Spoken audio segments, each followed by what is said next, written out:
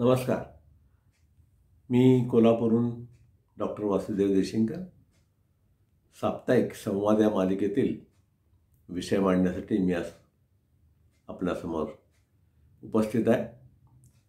माझ्या सर्व मित्रांना आणि या व्हिडिओ ऐकणाऱ्यांना परत मनापासून नमस्कार करतो.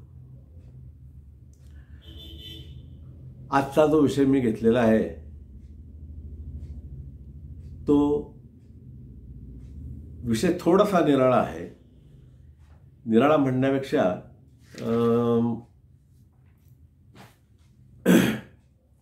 परिचित म्हणूया. कृतज्ञतेची भावना असा मी विषय घेतलेला आहे. आणि हा विषय मांडत असताना मला असा लक्षात आलं की आपल्या आयुष्यामध्ये कोणी ना कोणीतरी गॉडफादर आल्याशिवाय, मदत केल्याशिवाय आपण बऱ्याचशा उंचीच्या ठिकाणी पोहोचू शकत नाही. गोष्टी क्षुल्लक पण असतात, काहींना त्याची आवश्यकता पण नसते, पण कुणीतरी आपल्याला मदतीला आलेला असतो आणि ती भावना मदतीची तर कृतज्ञ होऊन आपण पाळलीच पाहिजे. कृतज्ञ होता कामा नये. आजकाल आपणाला कृतज्ञ माणसं जास्त दिसतात, कृतज्ञ माणसं कमी दिसतात. हा जो काय बाजार चालू आहे एकमेकांना, म्हणजे ज्यांनी आपल्याला वर आणलं त्याला खाली कसं ओढायचं आणि आपण वर कसं जायचं, काय असं प्रत्येक क्षेत्रात चालू आहे. आणि मग त्याला विसरून जायचं. तेव्हा ही बोचणी जर आपल्या मनाला लागते, आणि लागणारच, का लागणार नाही, त्याला निर्भेळ त्याचा आनंद मिळाला पाहिजे, तो नाही मिळणार. म्हणून आपण कृतज्ञ व्हायचं आहे. आणि ती जी भावना आहे ती एक चांगली पवित्र भावना आहे. तर आपण हा विषय जरा थोडासा बघूया विस्ताराने. रोमचा राजा, रोमन साम्राज्य तर मोठं होतं माहिती आहे. त्याने एके दिवशी फार मोठी पार्टी दिली होती आपण म्हणू, आणि खूप लोकांना, मोठमोठ्या लोकांना जेवायला बोलवलं होतं. जेवण सुंदर झालं होतं आणि सगळे लोक कौतुक करत होते राजाचं. काय सुंदर जेवण झाले, काय सुंदर झाले जेवण. पण ते जेवण करणारा माणूस एक गुलाम होता. मला माहिती आहे त्या काळात गुलाम असणं अशी एक पद्धतच असायची. तर ते त्या गुलामाच्या कानावर गेल्यानंतर त्याला एवढं बरं वाटलं की तो म्हटला, माझ्या आयुष्यात हे कुणीच असं मला म्हटलेलं नाही, माझं कौतुक केलेलं नाही. त्याला बरं वाटलं आणि त्यांनी राजाला गोष्ट जाऊन सांगितली. तर राजा म्हणाला, तू माझ्याकडे येण्यापेक्षा मीच तुझ्याकडून येणार होतो, परंतु तू आलास. आजपासून तुला गुलामीतनं मुक्त केलेलं आहे.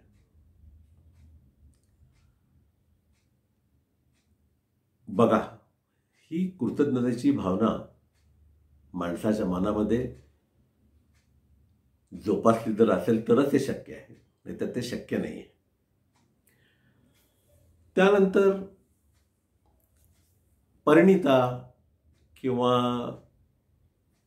आपला मोठा सिनेमा देवदास, त्याचे लेखक शरदचंद्र चट्टोपाध्याय यांची थोडीशी आर्थिक परिस्थिती वयामानापणे जसं होईल किंवा त्या आणि असतंच प्रत्येकाच्या जीवनात चढ-उतार, आर्थिक परिस्थिती खालावली होती. आणि एवढ्या मोठ्या या सिनेमाचं कौतुक झालेलं असताना देखील ते पुढं शेवटच्या जीवनात एकटे होते. येणं जाणं लोकांचं कमी झालेलं असतं. ते काय आपल्या जगाची रीतच आहे. उगवत्या सूर्याला नमस्कार. मग त्यांनी ज्या कलाकृती करून ठेवल्या होत्या त्या कलाकृती अनेकांच्या मनामध्ये अजून आहेत. आणि मग त्यामुळं त्या काळी केव्हा तरी अचानक लोक भेटायला येत, तेव्हा त्याला खूप बरं वाटे, आनंद वाटे, गप्पा मारत. आणि ते गेल्यानंतर मनातल्या मनात म्हणत, कोण आणि कशा आल्या पेक्षा मला कोणीतरी विचारायला आलेलं आहे माझ्या साहित्यावरती, माझ्या नावामुळे, आणि कृतज्ञता व्यक्त करता याचा मला आनंद आहे.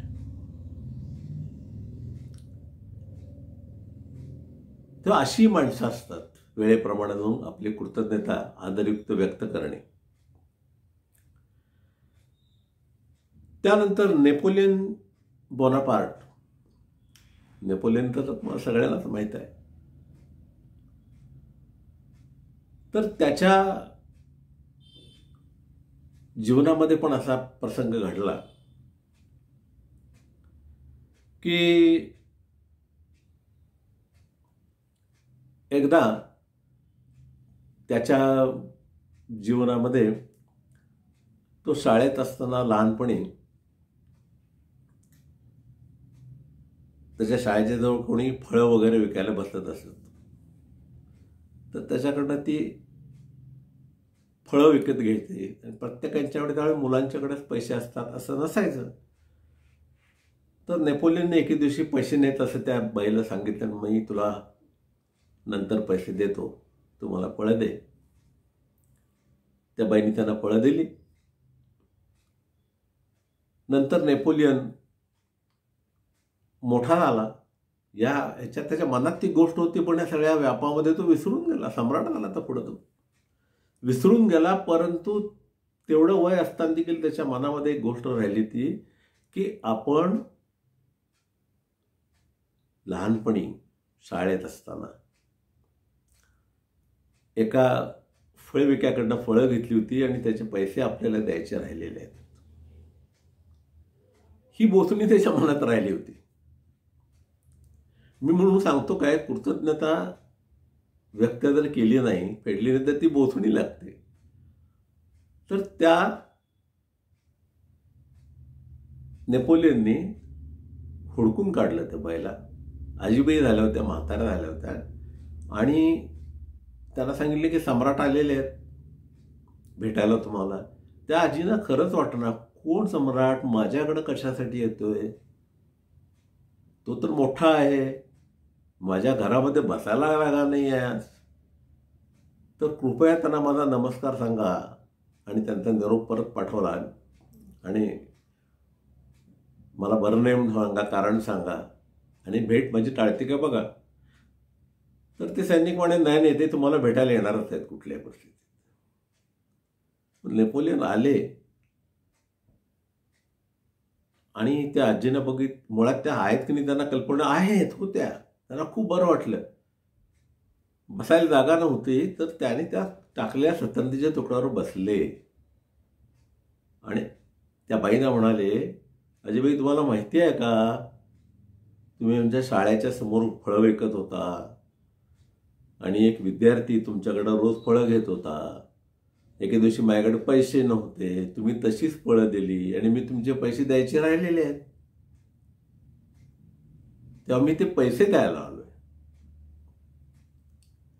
तर ती बाई म्हणाली, आता मी ते पैसे घेऊन काय करू, मला त्याचा काय फारसा उपयोग नाही, पण माझी 1-2 मुलं आहेत, कसं तरी काम करून जीवन जगतात,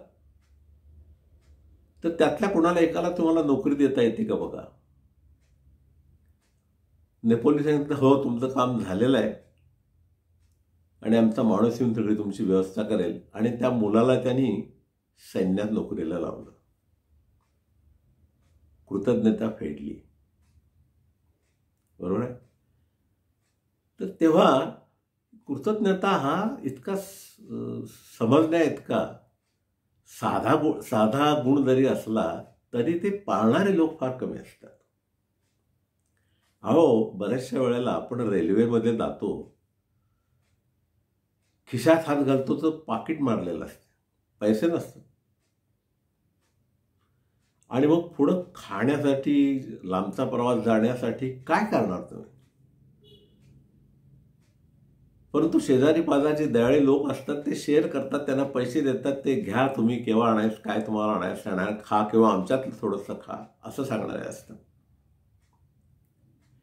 आणि ती गाडी स्टेशनला ती लोक आपल्याला उतरतात, परंतु हा माणूस त्या कृतज्ञतेचं ओझं घेऊन फिरत असतो. परंतु हा एवढा हुशार होता, त्यांनी जाताना त्याचा नंबर आणि फोन नंबर, त्यावेळेला टेलिफोनच असायचे, मोबाईल नव्हते, पत्ता वगैरे घेतला होता. आणि जे काय 5-50 रुपये त्यांनी दिले होते ते त्यांना आयुष्यात त्यांनी द्यायचे ठरवले. पण काळाच्या ओघात असाच उशीर झाला. मुळात ते ज्या ठिकाणी गेले होते त्या ठिकाणी जाण्यासाठी 200 रुपये लागत होते, पण ते 50 रुपये देण्यासाठी त्यांचा जीव तळमळत होता. आणि मग ते एके दिवशी ठरवलं त्याने की आपला जीवनाचा संध्याकाळ झालेली आहे, इतकी वर्ष झालेली आहेत, त्यांना फोन करून विचारूया. त्यांनी फोन केला, त्या गरजस्थांच्या काही लक्षात नव्हतं. अहो, रेल्वेतले प्रवासी काय लक्षात राहणार. पण त्या ठिकाणी अशी अशी घटना आहे, मी तुम्हाला भेटायला येतो, तुम्ही आहात ना घरामध्ये, गावामध्ये आहात ना, तर आहेत म्हणले, या. ते गेले दीड दिवसाचा प्रवास करून आणि त्यांना सगळी आठवण सांगितली, हे सांगितली आणि त्यांना दिलेले 55 रुपये दिले. ते काय घ्यायला तयार होईनात. आता 55 रुपये कोण घेणार हो, त्यांची परिस्थिती चांगली होती. तर ते म्हणाले, बघा तुम्ही 55 रुपये मी तुम्हाला देणार, तुम्ही त्याचं काय करायचं मला माहीत नाही, पण माझ्या मनाला एक अशी टोचणी लागलेली आहे की मी यांचे पैसे घेतलेले ते तुम्हाला परत द्यायचे, आणि म्हणून मी तेवढ्यासाठी लांबणं आलेलो आहे. ते म्हणले, ठीक आहे, ठेवा 55 रुपयेचं, अगोदर जेवण करा, एक दिवस राहा आणि मग जा. बघा बघू किती मोठी भावना दोघांच्या मनावर, एकमेकांच्या मनामध्ये होते. आपण करतो का होते? पुष्कळ लोक करत नाहीत, विसरून जातात. रस्त्यावरच्या एखादा ऍक्सिडेंट होणाऱ्या माणसाला वाचवणं ही देखील केवढी मोठी भावना, कृतज्ञतेची भावना आहे. पण जो वाचला त्यांनी ती पाळली पाहिजे, आणि ती माझ्या बघण्यामध्ये आहे. रात्रीच्या वेळेला माझ्या एका मित्राला मोठा ऍक्सिडेंट झाला. म्हणजे ऍक्सिडेंट एवढा जबरदस्त होता, रस्त्याला ट्रॅफिक नव्हता, परंतु समोर एक जे वाहन उभा केलं होतं त्या वाहनाकडे त्या चालकाचं लक्ष नव्हतं, आणि त्याने त्या वाहनावर आपली गाडी घातली आणि ह्याच्या गाडीचा चक्काचूर झाला. म्हणजे कुणी जर त्या गाडीकडे बघितलं तर असं वाटलं नसतं की यातला माणूस कुणी जिवंत आहे. परंतु कसे बसे जमले, रक्तबंबाळ झालं होतं, बेशुद्ध पडले होते. तिकडनं एक शेतकरी सायकलीवर येत होता, आणि हे सगळं बघितल्यानंतर कुणी थांबत नव्हतं. रात्रीची वेळ, या माणसाने, शेतकऱ्यांची सायकल तिथे लावली झाडाखाली आणि त्या माणसाला बाहेर काढला. बघितलं तर पल्स लागताय, श्वास येतोय. त्यांनी खूप गाड्या अडवण्याचा प्रयत्न केला. शेवटी एक ट्रकवाला त्यांना थांबला. तुम्हाला माहिती आहे, पूर्वी ऍक्सिडेंट म्हटलं की लोक थांबायचेच नाहीत, कारण त्यांना पोलिसांचा ससेमेरा मागा लागायचा, वेळ लागायचा, कोर्ट कचेऱ्या व्हायचा. पण म्हणतात ना की देव जेव्हा तुमचं जर बळकट असेल दोरी आयुष्याची, तर कुठून तरी मदतीला येतो. तसा तो देव माणूस आला, शेतकरी. त्या माणसाला ट्रकमध्ये घालून जवळच्या दवाखान्यात घेऊन गेला. 2 दिवस तो बेशुद्ध नव्हता. डॉक्टरनी त्याला खूप उपचार करून शुद्धीवर आणलं. शुद्धीवर आणल्यानंतर तो बऱ्यापैकी बरा झाल्यानंतर दुसऱ्या दवाखान्यात पुन्हा पुढच्या उपचाराला नेलं, आणि हा शेतकरी 3 दिवस तो चांगला बरा होतो. त्या दवाखान्यातच राहिला होता. त्याच्याकडे असणाऱ्या किरकोळ औषधावरती तो कसा राहणार, त्याची औषधं होती, तो आजारी असायचा, पण ते औषधासाठी पैसे खिशात होते. परंतु त्याच्या घरातले लोक नंतर आले, त्याला बघत होते, खात होते. पण तो आणि म्हणाले, तुम्ही जा आता, जो आम्ही यांना बघून जातो. ते नाही म्हटले, जोपर्यंत ते शुद्धीवर उठून बसत नाहीत तोपर्यंत मी जाणार नाही. आणि एके दिवशी शुद्धीवर आले आणि त्या माणसाला बघितल्यानंतर त्याच्या पायाला हात लावून त्याने पाया पडले. म्हणाले, देवा तुझ्यामुळे मी आज तुम्हाला मी जन्मलेलं इथं जिवंत दिसतोय. आणि आजपर्यंत आलं लक्षात, त्या दिवशी ज्या दिवशी ऍक्सिडेंटची घटना घडली त्या दिवसात 2 तारीख वार काय असेल त्या दिवशी हे आमचे मित्रग्रस्त त्यांना भेटायला जातात. कारण ते कोल्हापूरपासून फार काय लांब नव्हतं, कराड साताऱ्याजवळचं गाव. जाताना चांगली भेट घेऊन जातात, कुठली अपेक्षेचा काय प्रश्नच नाही. आणि त्याला देवासारखा परत नमस्कार करतात. कारण ह्याच्या ह्या जिवंत जे ग्रस्त राहिले त्यांच्या उद्योगात भरभराट म्हणजे भरभराट झालेली होती. पण ह्याला काय कमी पडलं म्हणजे भरभरून देत होते. आणि त्यांना ह्याला लाजल्यासारखा वाटायचा. तुम्ही देत जाऊ नका, मी काही केलं नाही, मी एक माणूस आहे साधा, तुम्हाला वाचवणं माझं काही मी कर्तव्य समजतो देवा, म्हणून मी तुम्हाला वाचवलं. बघा कृतज्ञतेची भावना याचीही आणि त्याचीही, कृतज्ञता फेडण्याची, ही भावना आपण लक्षात ठेवायला पाहिजे. अनेक उदाहरणं आपल्या आयुष्यामध्ये असे असतात. कुणाकडे 10 रुपये घे, कुणाकडे 20 रुपये घे, कुणी कुणाला मदत करत असतो, कुणी कुणाला आहे. पण त्या सगळ्या लोकांना आपण त्याची कृतज्ञता व्यक्त करतो का? ठीक आहे, त्यावेळेपुरता मिठी मारणं, आलिंगन देणं, थँक्स म्हणणं हे देखील कृतज्ञता व्यक्त करण्याचंच साधन आहे आणि ते केलंच पाहिजे. ते आपण करत असतो. पण अशा जीवनातल्या प्रचंड मोठ्या घटना असतात की त्यामुळं दोघांच्या जीवनाचं अस्तित्व निर्माण झालेलं असतं. तर ह्या घटना विसरता कामा नयेत. आणि म्हणून कृतज्ञता हा गुण हा लहान नाही आहे. कृतज्ञता हा गुण सुसंस्कृत अतिउच्च संस्कृतीच्या माणसाच्या झालेल्या संस्कारावरतीच असतो. आणि असे संस्कार ज्यांच्यावर झालेले आहेत, तो गरीब असो किंवा मोठा असो, आपली भावना कृतज्ञतेची व्यक्त केल्याशिवाय राहणार नाही. जर्मनमध्ये असाची घटना घडली. एक ग्रस्त वयोवृद्ध होते, आजारी पडले आणि 5, 7, 8 दिवस झाल्यानंतर ते बरे झाले, ठीक झाले. ठीक झाल्यानंतर त्यांच्याकडे औषधाचं बिल आलं आणि ते बिल पाहिलं, त्यांनी तपासलं, हसले त्याच्याकडे बघून. शेवटी एक कॉलम होतं, ते बघितल्यानंतर त्यांच्या डोळ्यामध्ये पाणी आलं. त्या स्टाफला वाटले की यांना बिल काय बहुतेक परवडत नाही वाटतं, म्हणून यांच्या डोळ्यात अश्रू आलेले आहेत. मग त्यांनी विचारलं की तुम्हाला काय होतंय, तुम्हाला काय बिलामध्ये कन्सेशन पाहिजे असेल तर आमच्या अथॉरिटीला विचारूया, आपण पाहूया काय होतंय का. नाही म्हणले, त्याच्यात काही करू नका, बिल उत्तम आहे, माझी परिस्थिती छान आहे, मी देतो. तुम्ही ऑक्सिजनच्या खाली जे काय $2,000-3,000 लावलेले आहेत 8 दिवसातले, याच्याकडे बघून मला अश्रू आले. ते म्हणले का? अहो म्हटलं, एवढा ऑक्सिजन परमेश्वराने फुकट दिलेला आहे. अहो, क्षणाक्षणाला ज्याच्यावरती आपलं जीवन चाललंय तो ऑक्सिजन फ्री आहे. आणि केवढा मोठा आपण त्याने आपल्यावर उपकार केलेले आहेत आणि त्याचे आपण कृतज्ञता, आभार मानतो का कधी? सहज मिळणारी गोष्ट आहे, मिळते, चालते.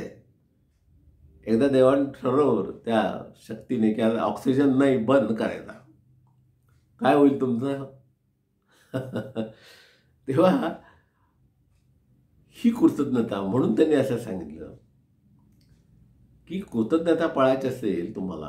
त्या ग्रस्त मग बोलायला लागले त्यांच्याशी. अहो, तुम्ही फळं जी घेता ती खाता, चाकता, त्याचे पैसे देता, विसरून जाता.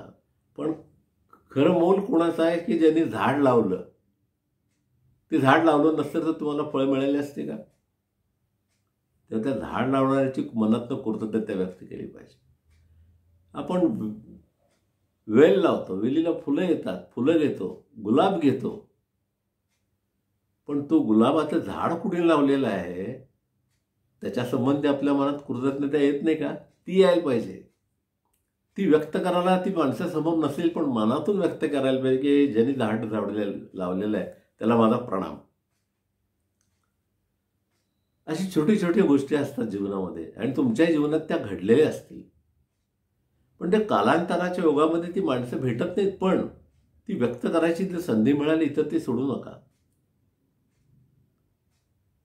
मित्र असतात लहानपणाचे, काही मदती आपल्याला केलेल्या असतात, छोट्या छोट्या असतात, पुस्तकं नसतात, वह्या नसतात. कुणीतरी आपल्याला म्हणजे एखाद्याची परिस्थिती गरीब असेल तर दत्तक म्हणून घेऊन शिकवलेलं असतं.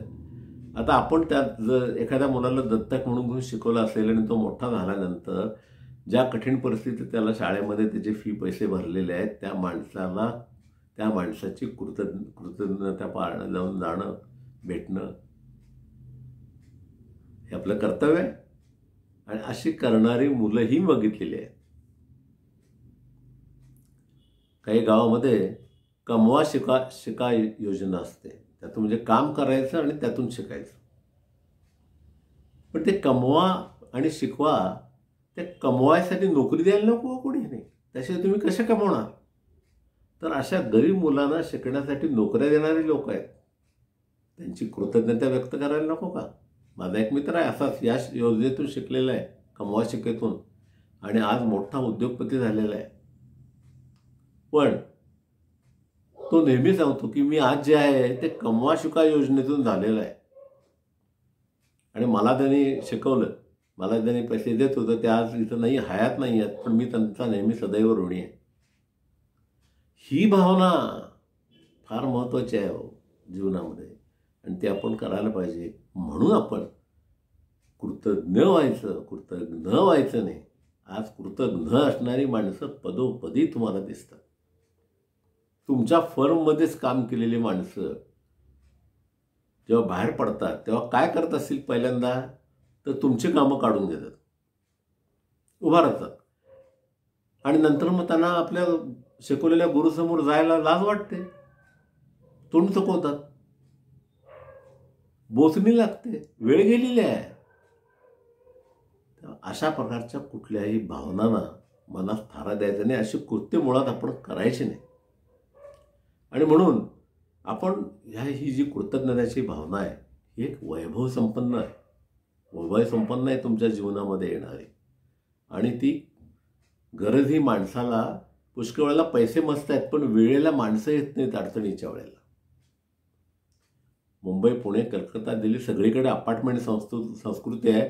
कुणाला जर बाहेर बोर्ड जर नसेल तर समोरच्या बाजू कोण राहतोय आपल्या समोरच्या घरात हे त्यांना माहीत नाही. त्यांच्या घरात काय घडलंय हे माहीत नाही. कुणी गेला असेल तरी माहीत नसतंय. अशी परिस्थिती आहे.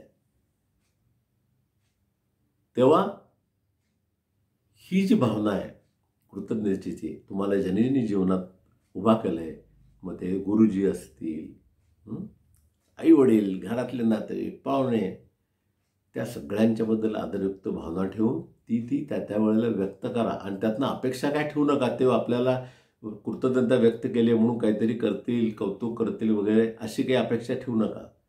तुम्ही तुमच्या ऋणातनं मुक्त व्हा कृतज्ञता व्यक्त करून. एखाद्या घरातल्या मोठा माणूस आपल्या घरातल्या सगळ्या लोकांना वाढवत असतो. ते अनेक ठिकाणी जातात, लांब लांब राहतात. माझ्या असं वडिलांचं उदाहरण देतो. मोठ्या हुद्द्यावर होते, कमीत कमी 5-50 कुटुंब त्यांनी जवळ नात्यातली तर उभा केलीच, आणि किती लोकांना नोकऱ्या दिल्या याची काही गणती नाही. लोक येत असतात, भेटत असतात, त्यांच्या नातवंडांना घेऊन येतात. आता आमचे वडील हयात नाही आहेत, तो भाग निराळा, पण हे मी सगळं पाहिलेलं आहे. पण आमच्या वडिलांनी अपेक्षा काहीच नाही आहे. उलट ते म्हणतात, जर तुम्ही आम्हाला नोकऱ्या लावल्या नसत्या तर आज आम्ही काय केलं असतं, कुठं असतं, आमचं काय झालं असतं आम्हाला माहीत नाही. तेव्हा आम्हाला वडील नेहमी सांगत असत, काय करायचं असेल तर तुम्ही कुणाच्या संकटकाळी पहिल्यांदा धावा. संकटकाळी तुम्ही जाऊन ज्यांना मदत करण्याचे जेवढा प्रयत्न करता येईल तेवढा करा. प्रत्येकाच्या गरज काय तुम्हाला शक्य असेल तेवढी भागवा. आणि त्यांचे जे काय त्यावेळेचे जे आशीर्वाद असतात न कळत मिळत तुमच्या पाठीशी असतातच, तुम्हाला कधीच कमी पडणार नाही. तर हा मोठ्या संस्कृतीचा मनावर झालेला परिणाम आहे, हे आपण लक्षात ठेवलं पाहिजे. तेव्हा हे सगळं व्यक्त करत असताना, कृतज्ञतेची भावना व्यक्त करत असताना अपेक्षारहित आपण केलं पाहिजे. हे मी तुम्हाला सांगितलं. काही अपेक्षा ठेवू नका, नाहीतर मग तुम्ही असं मग तुमच्या अपेक्षा ठेवलात की तुमच्यात पुन्हा काय झाला, स्वार्थ आला ना, तर स्वार्थ तो आपल्याला ठेवायचा नाही आहे. तेव्हा अशा सगळ्या गोष्टीतून आपण शिकायचं आहे. पण आज आज समोरची परिस्थिती मगाशी मी बघायला सांगितली की तुम्हाला देखील असा अनुभवला असेल की तुम्ही मदत केलेल्या माणसाला कळत न कळत तुम्हाला ते विसरून गेलेले. जाऊ दे, ते त्यांचा विषय आहे. आपण नाही त्याच्याकडे बघायचं. आपण आपल्या आनंदात राहायचं आणि आपण जे कार्य केलेलं आहे त्याच्याबद्दल आपण कोणाचं समोर कौतुकही करायचं कारण नाही. तेव्हा ह्या कृतज्ञतेच्या भावनेला खत पाणी कायम घालायचं, वाढवायचं आणि हे विसरायचं नाही. मला एक मराठीतलं वाक्य आता आठवलं, तुम्हाला सांगतो. येस, त्यात असं म्हटलंय, जे लोक आपल्यावर प्रेम करतात, जे लोक आपल्यावर प्रेम करतात त्यांचं कौतुक करावं. जे लोक आपल्यावर प्रेम करतात त्यांचं कौतुक करावं. ज्यांना आपली गरज आहे, ज्यांना आपली गरज आहे त्यांना मदत करावी. ज्याने आपल्याला दुखावलंय, ज्याने आपल्याला दुखावलंय त्यांना क्षमा करावी. जे आपल्याला सोडून गेलेत, जे आपल्याला सोडून गेलेत त्याला विसरून जावं. बरोबर आहे. तर ह्या गोष्टी जर आपण लक्षात ठेवल्या ना तर आपलं जीवन हे नक्कीच आनंददायी होईल. आणि कृतज्ञता हा जो गुण आहे आणि ज्या परमेश्वराने हे सगळं निर्माण केलेलं आहे, जो आपल्याला दिसत नाही आहे, काय जे काय आपण थोडीफार भक्तिवाली लोक करत असतात, त्यांच्या अनुभवातनं त्यांना काय असेल ते असेल माहीत नाही, पण सर्वसामान्यांना ते दिसत नाही. आपण व्यक्त करत असतो, देवळात जात असतो, नमस्कार करत असतो, तर सगळा कृतज्ञता व्यक्त करण्याचाच भाग आहे. पण तो कृतज्ञता व्यक्त करण्याचा भाग पाहिजे, नाही तर जाऊन काहीतरी परत मागायचं आहे, हे बरोबर नाही. आलं का लक्षात? संकटकाळी ते काय तुम्हाला कोणाचा आधार पाहिजे, आपण मदत मागतो, पण कृतज्ञता ही निष्कामपणे केली पाहिजे. त्याच्यातनं अपेक्षा ठेवता कामा नये आणि कधीही कृतज्ञ होता कामा नये. एवढ्या गोष्टी आपण लक्षात ठेवा. आपल्या घरातल्या मुलांना, आपल्या घरातल्या समजूतदार लोकांना ही गोष्ट शिकवा पहिल्यापासून. म्हणजे सर्वेपि सुखिनः सन्तु सर्वे सन्तु निरामया. सगळीकडे आनंद, सगळीकडे सुख होईल. एवढा आजचा विषय मांडतो आणि पुढच्या शनिवारी आपण परत भेटूया. नमस्कार.